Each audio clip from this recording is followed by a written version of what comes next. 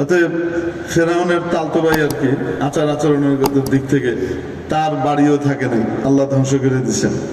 অতএব কেউ যদি নিজেকে ফেরাউন মনে করতে চায় যে আমি ফেরাউন হব, কেন শুধু পুরুষ কেন হবে, নারীর সম অধিকার থাকতে হবে, তো সম অধিকারের ভিত্তিতে কিছু মহিলা ফেরাউন হওয়া দরকার, এরকম যদি কেউ নিয়ত করে আর নিয়ত করে বিভিন্ন জায়গা থেকে ফেরাউনি মেসেজ পাঠায়, 45 মিনিটের ম্যানহোলের ঢাকনা তুলে, তো তাহলে দুর্গন্ধ যখন ছড়াবে তখন পাবলিক খেপে যাবে, খেপে গিয়ে যা করার তা করবে,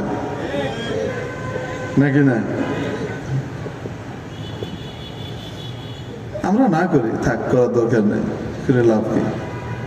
কিন্তু আমরা যতই না করি, তুমি জনতার জায়গা মতো খোঁচা দিবা আর জনতা চুপ করে বেয়ে থাকবো।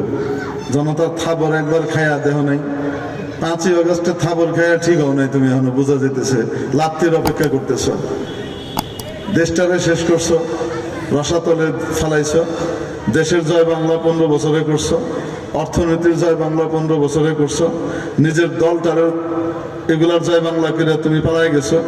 পালাই গিয়ে এখন এখানে যা কিছু আরো সমর্থক বেচারারা যারা আছে, কিছু চুপচাপ লুকায় রয়েছে, কিছু কয়টায় না সবর টবর করতেছে, তোমার জন্য ব্যথা বেদনা নিয়ে বসে রয়েছে, সেগুলারও জয় বাংলা করবার দান্দা করতেছে বুঝবে। তো তুমি তো সারা দুনিয়ার নিজের পার্টির জয় বাংলা করে ছাড়বা।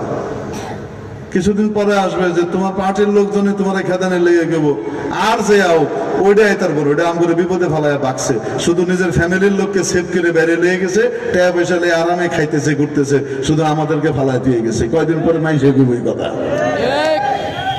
এই যে ঠিক, এটা কয়ে দেওয়ার জন্য কি কেউ শেখাই দিতে হয়েছে? শেখাই দেওয়া লাগে না, এটা অটোমেটিকই বেরোবে, বুঝলেন ভাই?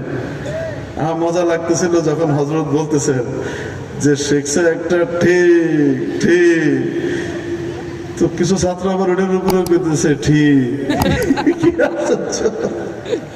হুজুর তো ঠিকই কইছে, উল্টা পাল্টা জায়গায় খালি ঠিক করলে তো রাগ উঠবে। হুজুরের কথাটা যে ঠিক, এটা আবার সবাই সায় দিচ্ছে ঠিক।